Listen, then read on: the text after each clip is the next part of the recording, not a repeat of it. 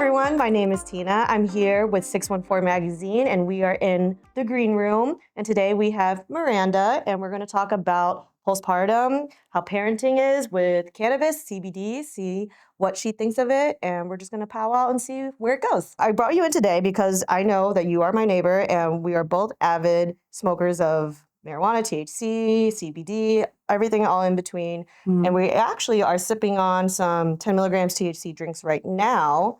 And I'm just seeing how it is with postpartum and everything, raising your kids.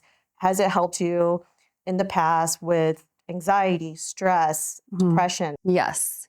Like if it's a particularly hard day, like if I'm like just like we always say like I feel icky inside. That's what we call it at my house. Like if I'm feeling that way and I have an edible or something and you know, I just feel like much more relaxed and not as tightly wound. Do you prefer edibles in comparison to like smoking? Not necessarily. It just Type of day. Yeah, like it depends on the day. I mean, I usually do both. If I take an edible, I'm probably like so. Sometimes I'm like popping 2 or 3 edibles. I'm like, I can't get through today because this child is driving me absolutely insane. But I completely get that. I actually did a little bit of research and it says that postpartum, a lot of people, it says is only 15%, which I personally think is a lie because I mean, I've been through it. A lot of moms have gone through it. And in like the depression? Exactly. Depression and all this and that. And I think in the Asian community, especially, like I grew up with a tiger mom. And so she didn't really believe in mental health and stuff like that. So when that came into play for me, asking for help, it was hard because she didn't believe in it. Right. So I moved towards CBD and THC and dear Lord, the benefits of it is absolutely insane. I just wish people were more approving of it in comparison to those who aren't. Right. So do you think a lot more people will be more approving of it since it's now legal in the state of Ohio? I would hope so. I certainly hope so because that is something I kind of worry about with my kids. Like if like someone just stops by and I did just smoke, like it will smell and like if they'll be, or should I tell their kids' parents that I do it like before they come over? It's like, it's not really been an issue yet, but my kids are starting to get more and more social. And more kids are starting to come over at random and just so. Well, I noticed like in the mom community, at least like going back out into the world is so hard. Like you said yourself, like after you had your kid, you went back into the workforce. Is that something that was difficult for you? Getting back around people your age, talking to actual adults instead of listening to God knows what, Blue's Clues or Blippi or anything like that? It was really hard because it was like so conflicting. Like I wanted to be with him. I've noticed that luckily, we live in the neighborhood that we do live in, and it's a lot more accepting when it comes to parents. And I feel like a lot of parents are like underground smokers. They don't want to talk about it because it's so frowned upon. But I'm pretty sure like 98% of parents out there are smoking or doing something to help them get through it. Most of my friends like that are parents do. I don't know if your OB said anything to you when you were pregnant, but she didn't go over anything postpartum with me. Not really. I think it was more the pediatrician. Like our pediatrician would ask me, nope, she didn't ask me. Nope. It was more of a, oh, you had a kid. Okay, he's good. Yeah. So like we would go in every time they would give us like a survey, like how are you feeling? And I probably never would have been like, yes, I'm struggling. I probably never would have admitted it. Yeah. You don't want to admit it. And a lot of moms are like, it's kind of like a hidden secret of being ashamed that you're not able to like take care of your kid, feed your kid and stuff like that. And with the idea of marijuana and everything like that, since it's still technically federally illegal, but it is legal in the state of Ohio, there is still that backlash. There's a backlash of, oh, she smokes weed. She probably can't take care of a kid, which is by no means true. No. I mean, it does affect people differently. I admit that. But I think a lot more parents need to be more open-minded in terms of it. Exactly, because like you said, it affects people differently. Right. A lot of people don't understand like when you have a kid, it literally alters your life completely. Like you don't eat because you have to make sure your kids are eating. You don't go out because you have to make sure your kids are more less socially awkward than you are now.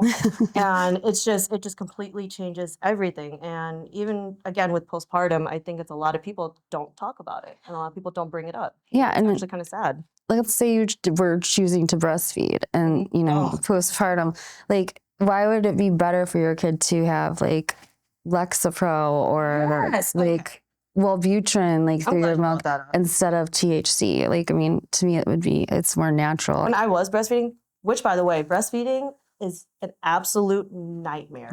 Like a lot of people are saying, oh, it's so easy, your kids will just latch on. No. I never heard it was easy. It is not easy. It's not easy. Yeah. It takes a toll on your mental, your physical, everything you could possibly think of that could literally hurt you. It happens. And I only did it for 4 months. And That's a long time. after that, I was just like, I can't do this anymore. Yeah. Because mentally, I almost admitted myself because I was so messed up postpartum wise. That's awful. I'm so sorry you had to go through that. Thanks, Miranda. Yeah. I appreciate that. But it just, my doctor kept saying like, oh, take this drug, take this drug, take this drug. It's like, again, I'm not hating on anyone that does do stuff like that. What their doctor recommends is up to them. Everyone is different. But for me personally, I found more calmness and solace within THC and CBD. And now that it's legal, I hope more parents are a lot more understanding when it comes to that. Like if you are feeling overwhelmed and agitated, like, so like I said, my kids are just loud. Like I have 3 boys. And there'll be times when they're just having fun. They're laughing. Right. And it's like very triggering. It's like overstimulating, like it's too many sensory, like. That's what I was actually telling my husband. I'm like overstimulated. Nobody touch me. Nobody talk to me. He doesn't quite understand that. He was more of a, well, he wants you. I was like, when doesn't he want me? Yeah. Like it's not a thing that I don't want to like hang out with my kid. It's like, it's so overstimulating. And I think CBD and THC has helped me calm down tremendously. Even like, I think we were speaking about it not too long ago that we're more connected with our kids if we're more calm. I will feel like myself starting to get like, whatever, just overwhelmed and like, where do I start? And like, my kids will be like wanting to talk to me and that's probably the most important. Right. And so like, if I have a little bit, it's not like I'm sitting there just like. Stoned out of your mind. Yeah, no, like if I have a little bit and then I just slow down enough to like engage with them and really listen. I agree with that because I think time slows down and I'm paying more attention to my son as well. And I'm more aware of him wanting my attention instead of me being like super overstimulated and I'm freaking out and I'm about to have an anxiety attack or a panic attack. And like you said, we're more present at that time in comparison to when we have all that panic and anxiety that fills us up. Yes. Like bedtime specifically, it's very helpful. Like, so bedtime is like the time of day where you're just like, that's a wrap. We're done. We've made it through another day. And like, instead of like enjoying story time or like snuggling with them or second, I'm just like, all right, everybody good? Like lights out, and bye. Like, but if I'm a little bit relaxed, stoned, it's like, I will lay there and we'll read a book and like, my son will read to me or something. It's just like. I agree with that 1000% because when I don't see myself with THC or CBD at nighttime before I take my son to bed, it's just, I see myself just hurrying the situation. I'm like, let's do this, let's hurry, let's get you to bed, let's get you to lay down. And there's no connection between me and my son. Yeah. And it's just like, it kind of sucks. It's kind of sad because my anxiety just takes over like that. Yes. But I think over time, I really do hope people accept the fact that it does help people. It does help people calm down, stay focused. So when it comes to what you have at home, like if you have a joint, a bong, a water bong, whatever, how do you keep that away from your kid? I keep it in my bathroom, like, and they just don't go in there. Amen. Yeah, like it's like I'm a single mom, so they have their own bathroom. Yeah. And they don't care about makeup or hair stuff. So that's a good call. This is like the less, so that makes sense. And just keep it in a little box in there. Smart. Yeah, I keep it on the tippy top shelf in the pantry. And we have like those magnet drawer things where you can't open it unless there's a magnet that opens it. So I keep it in there, I keep it away from him. And like I said, there are days where I wait till he goes to sleep, but then there are times where I'm just like, if I don't have a CBD drink in my hand, I might run away. Yeah, I mean, and it's, okay, here's another analogy I like to use. It's like an epidural. Do you have to get it? No. But dear Lord, do you need it? You don't, even if you want to be tough, it's like you're not going to enjoy giving birth nearly as much as you would if you got that epidural. That was actually really insightful. Yeah, like it is much more of an enjoyable experience if you're not like thinking you're going to die. Panicking, like for me, like, so. Oh no, I wasn't allowed epidural for like 12 hours. I was absolutely. My first, well, I have 3. The first one, it was like I was induced and I was laying there for 36 hours. 36 hours? And I was there for like almost 24 before I got an epidural. Or at least 24, I think. Oh my gosh. Yeah. So where did you give birth at? It was OSU. Okay, I went to Riverside. Okay. The other 2 were St. Anne's. It was better. Okay. Yeah, my water definitely broke in Kroger. And I was just like, guys, there's a puddle here. My water never broke. But they don't tell us that your water keeps going. Like it just keeps flowing out of you. So I'm like waddling back to my car and just calling my husband like, hey, I want to leave the gym. I think I'm about to give birth. Yeah. And so he was just like, all right, well, let's meet to the hospital. And by the time I got there, they're like, oh, you're not moving along very fast, so we can't really give you epidural for 12 hours. I'm like, fantastic. Thanks, guys. Like, and then you can't even eat. No. Not even a popsicle. On the way 36 hours. Yeah. I don't know how you did 36 hours. On the way there, I told my husband, I was like, you will stop by this Wendy's. We will get everything on the left side of the menu, and I will ingest all of that before I get in. Yeah. Yep. It was horrible. But, I mean, it's just something that if you want to go through it personally, I enjoyed childbirth because I did get the epidural. Yeah. But there's some scary stories out there, dude. And I hope people understand that, like, afterwards, it's okay to not be okay. It's okay to not, like, go through the postpartum because, like I said, nobody talks about it. Absolutely nobody. And like you said before, you get this chart of saying, like, how do you feel? Do you feel better? Do you feel like no one's going to admit right then and there in front of all these doctors, in front of your husband, in front of your kids, that they're not feeling well. So there's so many times. It's like the happiest time of your life. Yeah. Everyone's like, oh, why aren't you enjoying your time as like your baby's home? I was just like, how can I enjoy it when my body's healing? My mental capacity is just not there anymore. Right. So it's hard. I mean, as a new first-time mom, I remember people constantly saying to me, like, don't blink, it's gonna go so fast, enjoy it while you have it. And like, can you enjoy it? And like, you're just so like, yes, you want to enjoy it and like whatever, but you're drowning in motherhood. And like by the time I got to the 3rd one, I like literally, that was like all I could feel is like I was drowning in motherhood. It was like, I didn't have a job. I was like a stay-at-home mom for 7 years. And girl, you're killing it now. You are killing it now. Look at you. You got your job. You got your kids. Yeah. We're on a podcast right now with 614 Magazine. Like, what more could a mom ask for right now? But it's pretty cool. I'm just really glad that we found each other. Me too. Within the neighborhood. And we both have the same shared interest of THC and CBD. And I just hope more people will be more open-minded in terms of it. Me too. Because and all like things though, like we don't all have to agree on everything. Like, and I don't know why it's such a big deal to do something different and be so afraid of something. Like, exactly. Yeah. I mean, since do you say you're starting a business as well? I did, yeah. Okay, so is that something that this has helped you with? Like THC and CBD has helped you with? For sure. Like I've noticed like once I am like stoned or high or whatever, and I'm like on Photoshop, Illustrator, I'm going to town. I'm going crazy because like my mind is just so much more open when it comes to it. And man. It's like the demands on mothers now, and I mean dads too. Like there's just so much that we have to give. Wrong. Like sports for kids, like parent-teacher conferences. Like it's just like so much is required of you. Like you have to show up, and like if you want your kids to have like a positive, like when they think about their childhood, like good memories and how their mom was, and you don't want to be like pissed all the time. Like exactly. That's how my mom was. Sorry, mom, if you see this. Like my mom was just like this family drama really quick. So like irritated constantly, and like my mom. I mean, she had 7 kids, like and 7. Yes, not my whole like.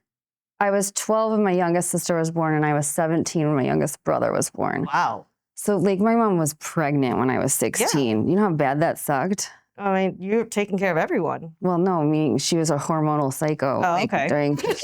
She was pregnant at like 37.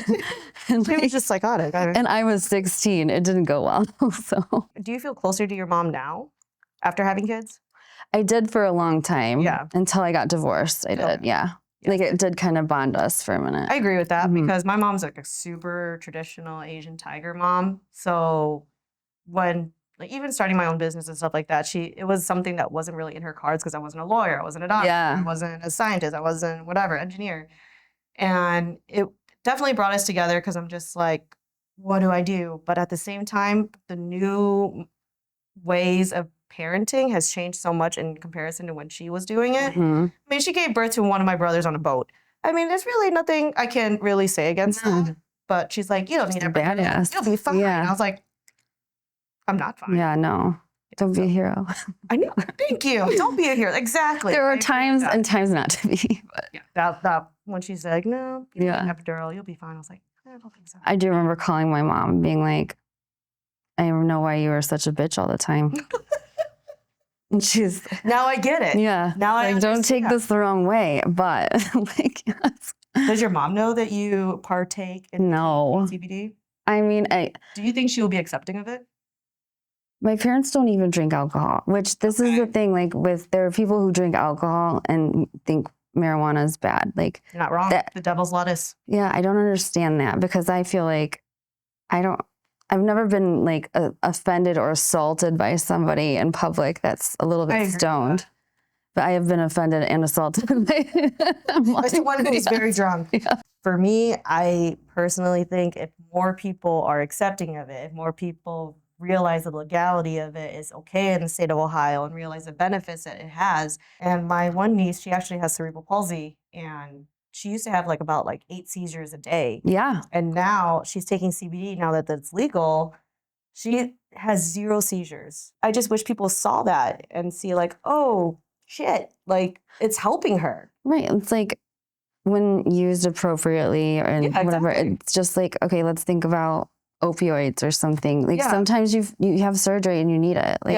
You don't need it on a regular Tuesday when you're going to college, but people do that. So I wonder if it's going to change around and turn and people are going to be like, oh, maybe since 21-year-olds are allowed to go purchase marijuana at the local dispensary, the sale of everything else on the streets it's a cleaner look, I guess you could say. Something from the state that's not laced with anything. Right. It's regulated. Yeah, it's regulated in a sense, but whatever, as long as we can get it. Amen. I was gonna say, people say marijuana is a gateway drug. I've never done any other drugs. I can see why they would say that, but everyone is different. You can't just pinpoint it at one thing saying that marijuana is a gateway drug. That's what parents fear though. Yeah. They're for their kids, they're oh, that's been the big, I don't know, I've heard that a lot. Do you think our generation will be different when it comes to raising our kids in terms of how our parents raised us? Oh yeah. With marijuana? For sure. Would you allow your kid to smoke? It's if you caught one of your sons later on in life, 18, 21 years old, he's smoking, what would your reaction be? I would want to talk about it. It's not I'm going to encourage it. I'm not going to punish them because it's something I do. Right. I find that hypocritical. However, I do think there's a decent amount of research and evidence for younger kids when their brain is still developing. So I would just encourage them to keep that in mind. Even when you're going off to college and partying and drinking, that's still it's all, everything in moderation. Right. But exactly. no, I would not punish them. I would want to talk. Let's talk about it. Obviously, we're going to sit our kids down. And hey, where'd you get it? I found that joint. How'd you feel? Did you like it? Or did you have any questions? Honestly, if I found out later on in life that my kid was smoking, my first question is, where did you get that from? Yeah. Because I don't know if that's from the streets. I don't know if that shit's laced. Yeah. I don't know of anything like that. If he were to somehow break into my safe and got some of my stuff, at least I know personally that's from a dispensary. That's definitely not laced. Yeah. But I agree with that. Sitting down with our kids later on and being like, hey, listen, I know you're smoking. We're not stupid, but let's be responsible. Let's do this in moderation. Let's make sure that we're smart about this. I agree with that 1,000%. That was I was so afraid of my parents growing up. Oh, same. So and there were a few times that I was in serious trouble and I was so afraid to reach out to my parents or ask for them for help or tell them what happened. And I don't want my kids to feel that way with me. I want them to feel safe, they can go to you. Yeah, even run to you for help. Yeah, I might have agree with that. messed up pretty bad, but I think that's because how we were raised, we were so terrified of like, what is it? Like to say something, to like say like, oh, I did smoke. And that it just hinders us from like actually being protected and make sure things that we are doing is safe in comparison to kids nowadays. Like, Lord knows what they're going to have in 10, 20 years from now when it comes to technology or anything like that. So be able to DoorDash it. Dude, you can literally DoorDash weed now. You can? It's called the hemp market. It's you can find it on DoorDash. It's called hemp market. You can literally get, edibles, drinks. I don't think you can get flour, but I think like all the other stuff, you can get it delivered to you. It's like from a drone. Like, my God, I wish they would push that drone thing I know. because I'm very socially awkward. So when someone comes to the door, I'm just like, leave it there. Yeah. Put it down. Yeah, my kids are always trying to open the door for everyone who. Oh, that's not good. Yeah. Hey, Mom, someone's here. Yeah, I'm like, it's just a DoorDash guy. We don't need to be friends with everybody. We told them to leave it at the door. Yeah. Don't worry about it. But I just want to say, Miranda, thank you for being a friend of mine and a neighbor and someone who enjoys CBD, THC with me, and I hope you the best. Thank you guys for having me here at 614 Media Group. I loved it. Don't forget to check out us on YouTube, Apple Podcasts, and Spotify. Don't forget to check out our magazine as well. Check out the new things updated within the Columbus area. So I hope to see you guys soon. And don't forget to subscribe if you are watching us on YouTube.